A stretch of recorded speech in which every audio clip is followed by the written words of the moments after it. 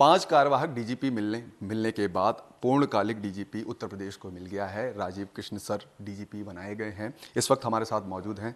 Sir, क्या task रहेगा? पहले तो न्यूज़ 24 की तरफ से बहुत बहुत बधाई आपको, और क्या आगे की रणनीति रहने वाली है सर?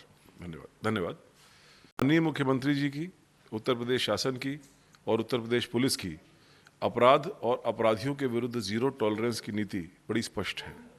इसी नीति के तहत उत्तर प्रदेश पुलिस लगातार कार्य कर रही है और यह नीति भी जारी रहेगी, यह कार्य भी जारी रहेगा।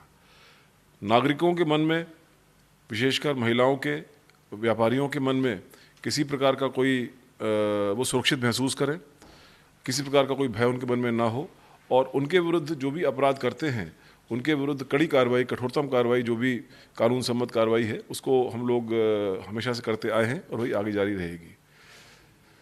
जो इन्वेस्टिगेशंस हैं उसमें भी जो उत्तर प्रदेश पुलिस जो अपराधों के जो सज़ा का प्रतिशत है उसमें भी उत्तर प्रदेश अग्रणी राज्यों में है। करीब 81-82% केसेस में हम लोग सज़ा दिलाने में कामयाब होते हैं। ये उत्तर प्रदेश पुलिस के प्रोफेशनल एथिक्स, प्रोफेशनल नॉलेज और जो कार्य करने की संस्कृति है उसको दर्शाता है। ये संस्कृति, इसको और धार दी जाएगी, प्रोफेशनलिज्म को और बढ़ावा मिलेगा और इसी दिशा में कार्य आगे किया जाएगा। सर, एटीएस का जब गठन हुआ था आप उसके मुखिया रहे थे। एटीएस को एक ऊंचाई तक ले गए।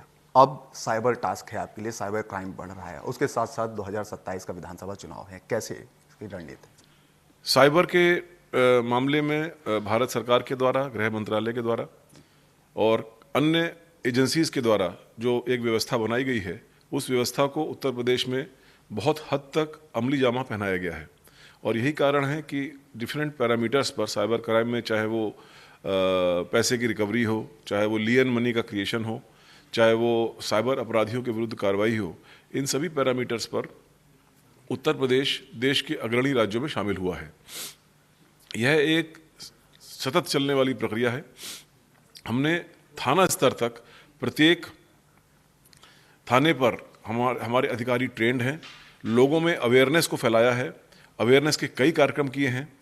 थाना स्तर तक इस बात का व्यवस्था बनाई है कि कोई भी नागरिक जो साइबर क्राइम से पीड़ित हो वो निकटस्थ थाने पर जा कर के या इवन घर पर बैठकर भी उसकी रिपोर्टिंग कर सकता है और तत्काल उस पर कार्रवाई ऑटोमेटिकली की जाती है। तो ये व्यवस्था आगे भी जारी रहेगी। इसमें जो ट्रेनिंग है, प्रोफेशनलिज्म है, उसको और आगे बढ़ाया जाएगा। सर, आगे आगामी 2027 विधानसभा को लेकर के उसको कैसे देख रहे, कितना बड़ा चुनौती है सर? उत्तर प्रदेश पुलिस पहले भी जितने भी चुनाव यहाँ पर हुए हैं उनको बहुत ही शांतिपूर्ण, बहुत ही निष्पक्ष तरीके से कराने के लिए हमेशा से प्रतिबद्ध रही है और आगे भी इसी प्रतिबद्धता के साथ आगे बढ़ाया जाएगा। और जिस प्रकार से पहले भी चुनाव एक शांतिपूर्ण तरीके से हुए हैं, निष्पक्षता के साथ हुए हैं, लोगों के भागीदारी के साथ हुए हैं, वही इस बार भी संपन्न किया जाएगा। लगातार चुनाव विधानसभा चुनाव होते हैं या पंचायत चुनाव हो, लगातार आवाज़ उठाते रहते हैं। कहीं विपक्ष उठाते हैं या अपने से ही आवाज़, अधिकारी भी कहीं ना कहीं। अभी आपने देखा होगा कि एक कांस्टेबल ने भी आवाज़ उठाई थी।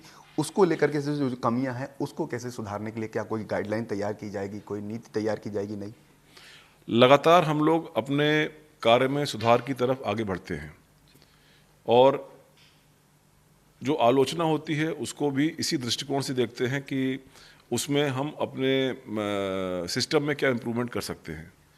लेकिन ये एक यूनिफॉर्म्ड फोर्स है।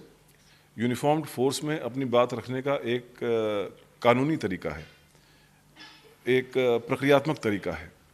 अगर कोई कर्मी अपनी बात को इस तरह से रखता है जो कि प्रक्रिया सम्मत नहीं है, कानूनी रूप से सही नहीं है, तो डेफिनेटली अनुशासित फोर्स में इस चीज़ की कोई जगह नहीं है। हमारे यहाँ पर अधिकारी सजग हैं, हमारे यहाँ पर अधिकारी ओपन माइंड से काम करते हैं और अगर कहीं पर कोई कमी है तो उसको बताने पर उसका निराकरण भी करते हैं।